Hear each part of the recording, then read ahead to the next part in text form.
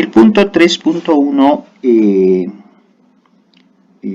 está relacionado a la planilla de sueldos. La planilla de sueldos es de las tres planillas, es la principal, es una de las principales, cuyo objetivo es determinar cuál va a ser el importe del líquido pagable que se va a cancelar al trabajador. Esta planilla de sueldos, lo primero que hace es determinar cuál va a ser el total ganado que va a percibir el trabajador. Cuando decimos el total ganado es la suma del haber básico que tiene el empleado. El haber básico es aquel que se pacta en forma fija por cada mes que presta sus servicios el trabajador, donde se le empieza a sumar todos los bonos, comisiones y otras gratificaciones que el trabajador haya logrado negociar con el empleador. Vale decir, se suma el haber básico más los bonos.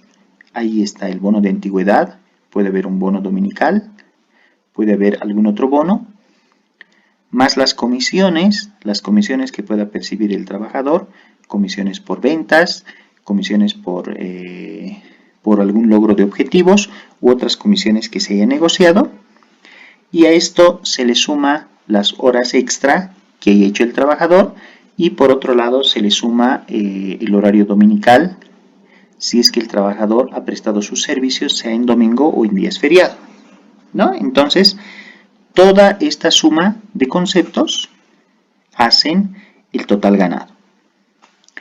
A este total ganado, el empleado, por la ley del seguro social a largo plazo, debe efectuar un aporte. El aporte es del 12.71% que el trabajador la empresa le resta este importe y posteriormente la empresa lo va a depositar a las AFPs, que va principalmente a nombre de la jubilación o el beneficio que el empleado va a tener a largo plazo. Este descuento del 12.71% es el aporte laboral. Vale decir que el empleado se le descuenta y es un aporte que está haciendo el empleado hacia las AFPs. Muy bien. Una vez que al total ganado le deducimos las AFPs, entonces ahí hay que deducir el RC-IVA, pero el RC-IVA va a salir seguramente de la planilla impositiva y en forma conjunta ahí se le deduce al empleado algún otro descuento que la empresa le quiera hacer por diversos conceptos, como un descuento por caja chica, un descuento por alguna pérdida que haya sufrido la empresa y que sea de responsabilidad del empleado, o algún descuento en caso de que la empresa le haya hecho un préstamo y obviamente se esté amortizando la deuda a través de las planillas de sueldo. Entonces, con todo esto llegamos al líquido pagable y el líquido pagable es el que se imposa a favor del trabajador. Si bien la costumbre ha hecho que la cancelación del líquido pagable se efectúe al contado, nada contradice de que este líquido pagable también pueda realizarse en especie. Sin embargo, lo que por costumbre se ha hecho es que en la mayoría de los casos el líquido pagable se realiza al contado a través de una transferencia bancaria directamente a la cuenta del trabajador, que ya podrá utilizar su sueldo ya de acuerdo a la tarjeta de débito que posee. Así es como se ha estado manejando. ¿Ya? Entonces, eso es en lo que podemos comentar en cuanto a la planilla de sueldos. Posteriormente, la planilla tributaria. Para la planilla tributaria, obviamente lo que se recomienda es que el estudiante pueda tomar todos los conceptos aprendidos en la materia de derecho tributario y obviamente la planilla tributaria va a tener como finalidad determinar cuál es el impuesto que se le va a retener al trabajador, y la empresa actúa como agente de retención y ese dinero es el que la empresa deposita a nombre del trabajador a favor de la administración tributaria. Por ende, este importe se deduce del líquido pagable del empleado. La planilla tributaria inicia con el sueldo neto. El sueldo neto es igual al total ganado menos los aportes laborales. A eso se denomina sueldo neto, y sobre el sueldo neto empezamos a calcular tal cual establece el Decreto Supremo 25.321, que es el decreto reglamentario del RCI. ¿Ya? Entonces, aplicamos todo lo establecido en este Decreto Supremo para ver si al empleado le vamos a hacer algún tipo de deducción por concepto del RCI. Obviamente, ahora estamos en la parte teórica, y en la segunda parte ya haremos un ejercicio práctico donde haremos el cálculo del sueldo neto y todas las deducciones y cálculos que se deben hacer hasta determinar el RCI. Es importante mencionar que el Decreto Supremo 3890 del 1 de mayo de 2019 modifica lo establecido por el artículo 8 del Decreto Supremo 21531. Ese es el Decreto Supremo del RCI. La principal modificación indica, o sea, ¿qué es lo último que ha cambiado en el RCI? Si el saldo resultase a favor del contribuyente, vale decir, nosotros calculamos la planilla del RCI y al final solo tenemos dos resultados. O el saldo es a favor del fisco o el saldo es a favor del contribuyente.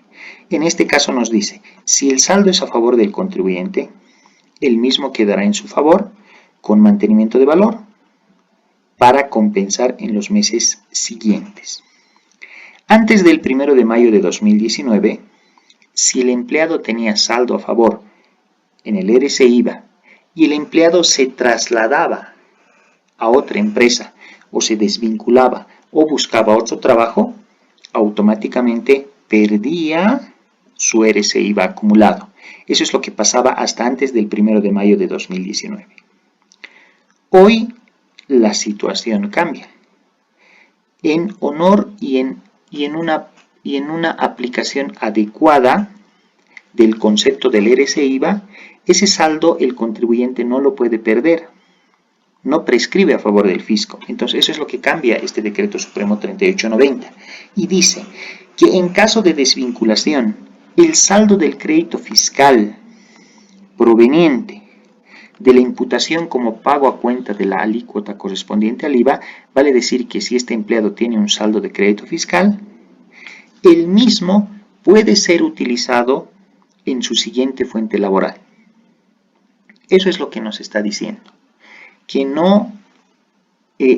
una vez que el empleado se cambia o hace un cambio a otra fuente laboral o se va a otra entidad, ya no se pierde este saldo a favor, sino que este saldo a favor, siguiendo ciertos procedimientos administrativos de impuestos, se puede volver a utilizar en otra empresa. Esto es uno de los cambios más importantes que da el Decreto Supremo 3890. Esta modificación, asimismo, a nivel operativo se norma con la Resolución 10 del año 2019 de procedimiento de aplicación del Decreto Supremo 3890, donde reglamenta a nivel operativo cómo es que se tiene que hacer este traspaso. Asimismo, con esta resolución normativa de directorio, dice a partir de ahora, las entidades van a enviar la planilla tributaria en su versión 2. Y el procedimiento de uso del saldo del RCI cuando el empleado cambia de fuente laboral y decide activar su saldo IVA. ¿Ya? Entonces ahí tienen dos normas que ustedes lo pueden revisar, o entiendo que ya lo han revisado en la materia de derecho tributario, donde ahí podrán tener mayor bibliografía y mayor aporte de cómo es que se prepara esta información. Finalmente, el punto 3.3 dice planilla de aportes patronales. La planilla de aportes patronales, también denominada planilla de seguridad social a corto y largo plazo, tiene por objeto determinar el importe a pagar por concepto de aportes patronales efectuados por la empresa. Entonces, en esta planillita, lo que hacemos es calcular cuánto el empleador o el empresario o el dueño de la empresa debe pagar adicionalmente al sueldo que tiene un empleado. En este punto, por darles un ejemplo, si el empleado gana 3.000 bolivianos, al empresario no le cuesta 3.000 este trabajador, sino le cuesta más un 50%. Vale decir, de 3.000 el 50% viene a ser 1.500. Si sumamos 3.000 más 1.500 son 4.500. Entonces al empresario o a la empresa que está contratando, este trabajador que gana 3.000 más o menos le cuesta 4.500 bolivianos. Fíjense el efecto. El empleado gana 3.000, pero vuelvo a repetir, la empresa tiene que pagar un 50% adicional, por lo que este empleado le cuesta 4.500. ¿Ya?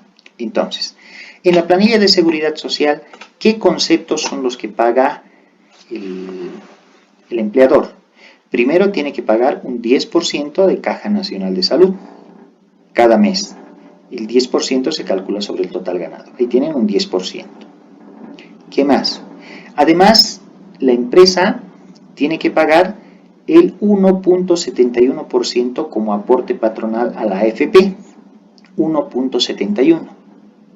Además, tiene que pagar el 2% de FOMBIS.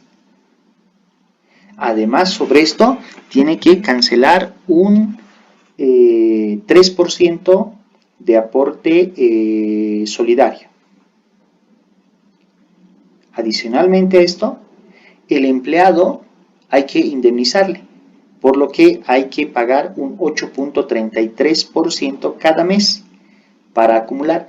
La previsión para indemnización es el cálculo de un mes de sueldo en todo un año. Además, la empresa tiene que calcular la previsión de su aguinaldo y en algunos años, cuando el ingreso medido a través del PIB superaba el 4.5%, además la empresa tenía que pagar el segundo aguinaldo. Adicional a todo esto, si la empresa tiene utilidad, debe pagar una prima. Todos estos conceptos son una previsión de 8.33%.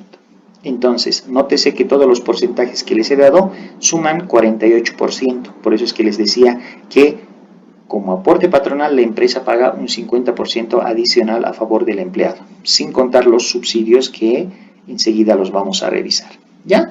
Entonces, esta planilla de aportes patronales nos va a servir para calcular todos estos aportes que les he mencionado y obviamente va a ser parte complementaria con la planilla de sueldos para determinar el asiento mensual de la planilla de sueldos.